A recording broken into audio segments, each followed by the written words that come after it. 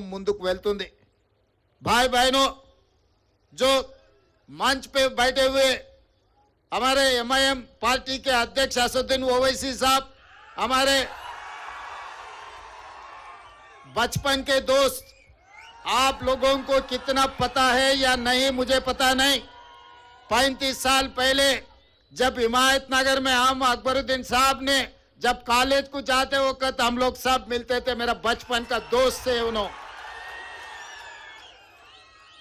आज सलार साहब ने जो वादा किया था आप लोगों से जोड़कर ये शहर तरक्की करने के लिए सलार साहब ने जो कोशिश किया, उनके वादों पे आज असदुद्दीन ओवैसी साहब, अकबरुद्दीन ओवैसी साहब ये हैदराबाद तरक्की के लिए जितना मेहनत कर रहे हैं, पूरा दिल लगा के हैदराबाद शहर को आगे ले जाने के लिए कोशिश कर रहा है।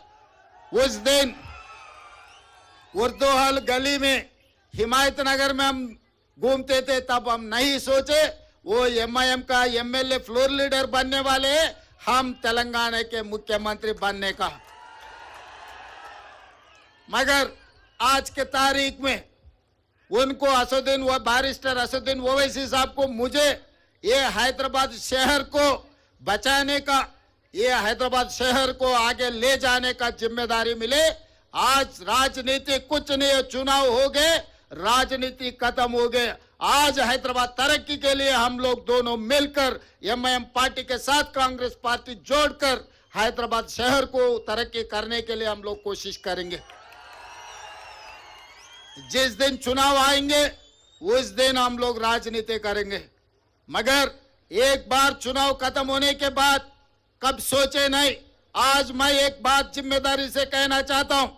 आज सवेरे 12 बजे मेरा बात हुई नरेंद्र मोदी जी से। चरलपल्ली टर्मिनल स्टेशन का इनाग्रेशन था, जो में प्रधानमंत्री जी आए थे, तो मैं प्रधानमंत्री जी से गुजारिश किए, हमारा मेट्रो रेल जिस दिन कांग्रेस सरकार ने बनाया, हिंदुस्तान में दूसरे मेट्रो रेल था।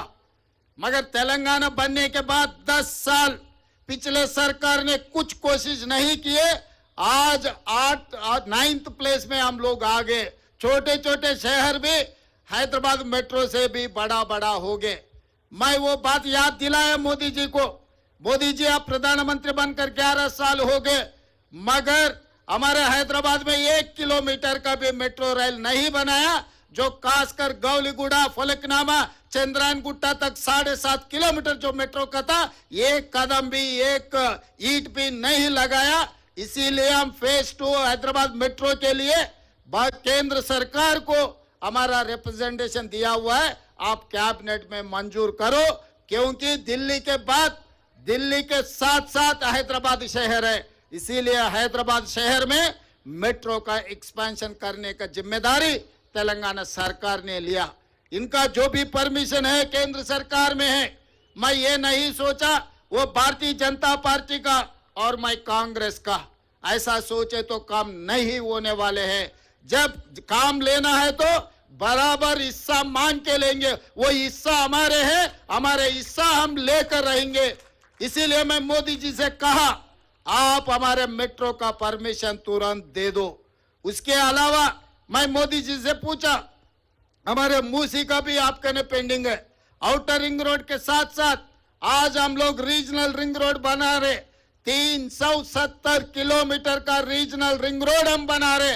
वो रीजनल रिंग रोड आए तो तेलंगाना में इतना इन्वेस्टमेंट्स आ जाएंगे, तेलंगाना एकदम तरक्की आगे जाने वाले।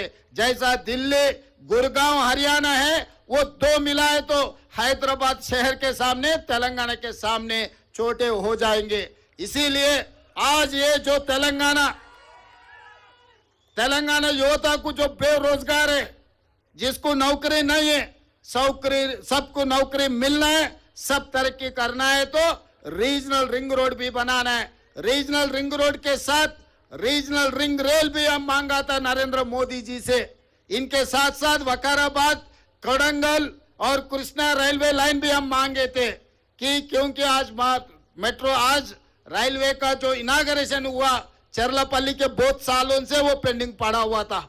मैं जब एमपी था तब भी पार्लियामेंट में मैं आवाज उठाए तो काम नहीं हो रहा था। मैं मुख्यमंत्री बनने के बाद उसका जो जो जरूरत है लैंड एक्विजिशन का काम था सब कुछ क्लियर कर दे के आज चरलपल्ली रेलवे स्टेशन एक बड़ा रेलवे स्टेशन हम बना लिए। तो इसीलिए अगर हैदराबाद और तेलंगाना राज्य का तरक्की के लिए मोदी जी से लड़ना है तो मोदी जी से लड़ूंगा, असदुद्दीन ओवैसी साहब से मिलना है तो असदुद्दीन ओवैसी साहब से मिलकर हैदराबाद शहर को तरक्की करने में मैं कोशिश करूंगा। और अभी मेरे सामने बहुत सारे बड़े साहब छोटे साहब दोनों ने एक बड़ा चिट्ठी बनाए। ये बड़ा चिट्ठी याद रखना मुश्किल है क्योंकि मैं पंडित नहीं है। हमारा पंडित जी आ गए, हमारा पंडित जी पूरा लिख लिए। आज मैं ये बात साफ कहना चाहता हूँ, जब अय्या मियाँ हो गए एक हो गए तो हम क्या बोलने का है। अय्या मियाँ तो बोल दिए, अय्या तो लिख लिए। अय्या का मतलब पंडित है, आपको तो पता है ना। तो इसीलिए असद साहब ने बोल दिए, श्रीधर बाबू जी ने लिख लिए। जो भी हैदराबाद शहर के लिए जो पूरा चिट्ठी बनाया, आने वाले दिनों में कुछ दिनों में 11 या 12 तारीख पूरा MIM MLA MPs को सबको सेक्रेटेरिएट में मैं बुलाऊंगा, सब ऑफिसरों को बुलाऊंगा क्योंकि आज यहाँ पर खाली म्युनिसिपल कॉर्पोरेशन के अधिकारी है, चीफ सेक्रेटरी रेवेन्यू डिपार्टमेंट के अधिकारी लोग नहीं है। मैं 11 तारीख या नहीं तो 12 तारीख सेक्रेटेरिएट में मैं पूरा MIM पार्टी नेता लोगों को, MP साहब और MLA लोगों को, सबको MLC लोगों को बुला के ऑफिसरों को बिठा के हैदराबाद शहर के लिए क्या काम करना है, पैसे के लिए कोई सोचने का जरूरी नहीं है। वो ये ओल्ड सिटी बार बार अपने लोग कह रहे ओल्ड सिटी, भाई ये ओल्ड सिटी नहीं है, ये ओरिजिनल सिटी है। इससे पहले मैं चंद्रायन गुट्टा में यही बात कहा, ये पूरा तेलंगाना में जो शहर है, जो सिटी है, जो ओरिजिनल सिटी है वो सिटी है हैदराबाद सिटी। ये हैदराबाद सिटी के लिए, ये ओरिजिनल सिटी के लिए अगर पैसे कम पड़ा तो तेलंगाना सरकार रहने का भी कोई कामयाबी नहीं है, कोई काबिल नहीं है।